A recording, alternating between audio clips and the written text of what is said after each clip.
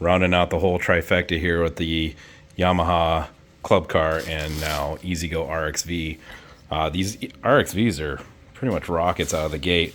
AC motors from the factory, as well as limited slips rear ends, which is kind of cool. So this did have the 412 volt setup, and now it's rocking a DC house 51.2 volt. I mounted the charger back there. It might be a little hard to see. Let me turn on my light here.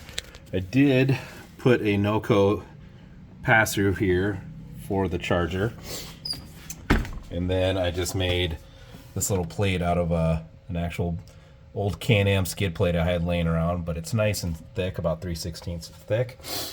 Then on the dash, I did a flush mount as well on here. And on here, it does have the protective display. That's why it looks pretty gross. But these are pretty easy to configure and drop a lithium into. The only thing you do have to change on the old setup, grab it here. So this is the old charging receptacle. There is a grayish blue wire that comes off of here for the reed switch, which you do have to hook up straight to the positive of the battery. If you do not do that, the cart will not run.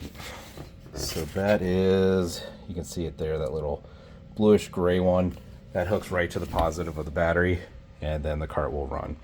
Essentially, that reed switch is a safety switch for runaway. But overall, again, I say this pretty much about all the lithium installs, but RXV took it like a champ.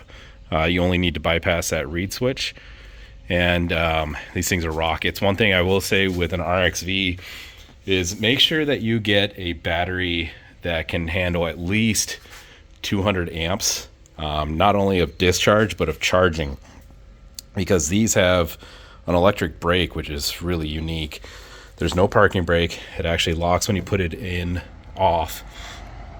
But when you take it out, I did take it out for a little test drive.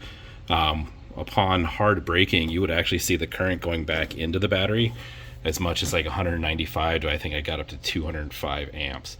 With these DC houses, they have a 200 amp continuous as well as like a 400 burst for 30 seconds. And then I want to say it's either 600 or 1,000 amps for 1 second.